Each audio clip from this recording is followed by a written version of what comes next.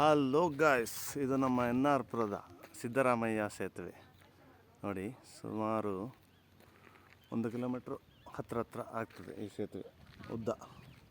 1 kilometre ಇಲ್ಲ, ಒಂದು 800 metre ಸೇತುವೆ ಇದೆ. ಭಾರಿ ಉದ್ದದೊಂದು ಸೇತುವೆ.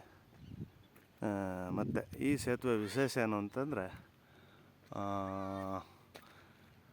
ಹೊನ್ನೇಕುಡುಗೆ NR ಪುರದಿಂದ ನರಸಿಂಹರಾಜಪುರದಿಂದ ಹೊನ್ನೇಕುಡುಗೆ ಅನ್ನೋ ಒಂದು ಊರಿಗೆ ಈ ಸೇತುವೆ ಮುಖಾಂತರ 5 ಕಿಲೋಮೀಟ್ರ್ನಲ್ಲಿ ಹೋಗಿ ಮುಟ್ತದೆ. ಈ ಮುಂಚೆ ಈ ಸೇತುವೆ ಆಗೋಕ್ಕಿಂತ ಮುಂಚೆ ಹೇಗಿತ್ತು ಅಂದರೆ 25 ಕಿಲೋಮೀಟ್ರ್ ಹೋಗಬೇಕಿತ್ತಂತೆ. ನಾವು ಹೇಳೋದನ್ನ ಕೇಳಿ ಹೇಳ್ತಾ ಇರೋದು, ನನ್ನ ಅನುಭವ ಏನಲ್ಲ, ಹೇಳೋದನ್ನ ಕೇಳಿ ಹೇಳ್ತಾ ಇರೋದು.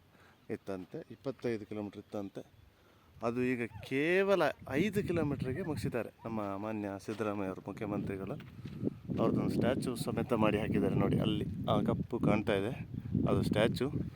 ಅದರ ಹತ್ರ ಹೋದರೆ ವಿಡಿಯೋ ಮಾಡ್ತೀನಿ. ನಾವೀಗ ಸೇತುವೆಯಿಂದ ಕೆಳಗಡೆ ಬಂದಿದ್ದೀವಿ. ವ್ಯೂಸ್ ಭಾರಿ ಚೆನ್ನಾಗಿದೆ. ಮಧ್ಯಾಹ್ನ ಸುಮಾರು 1:30-2 ಗಂಟೆ ಸಮಯ ಇದು. 1:30 ಅಲ್ಲ, ಸುಮಾರು 12-12:30 ಗಂಟೆ. ಈ ಉರಿ ಬಿಸಿಲಿನಲ್ಲೂ ಇಲ್ಲಿ ವ್ಯೂಸ್ ಭಾರಿ ಚೆನ್ನಾಗಿದೆ.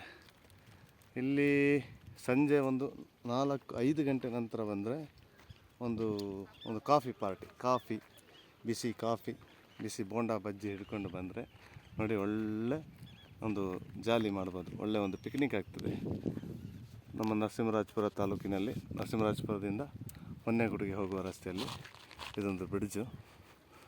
ಮಾನ್ಯ ಮುಖ್ಯಮಂತ್ರಿಗಳೇ ಬಂದು ಇದನ್ನು ಉದ್ಘಾಟನೆ ಮಾಡಿರೋದು ನೋಡಿ. ಅಲ್ಲಿ ದೂರದಲ್ಲಿ ಕೋಣಗಳ ಎಂತ ಗೊತ್ತಿಲ್ಲ ಬರ್ತಾ ಇದೆ. ಇದು ಸಿಗಲ್ಲ, ಮೊಬೈಲಲ್ಲಿ ಶೂಟ್ ಮಾಡ್ತಾ ಇರೋದು ನೋಡಿ.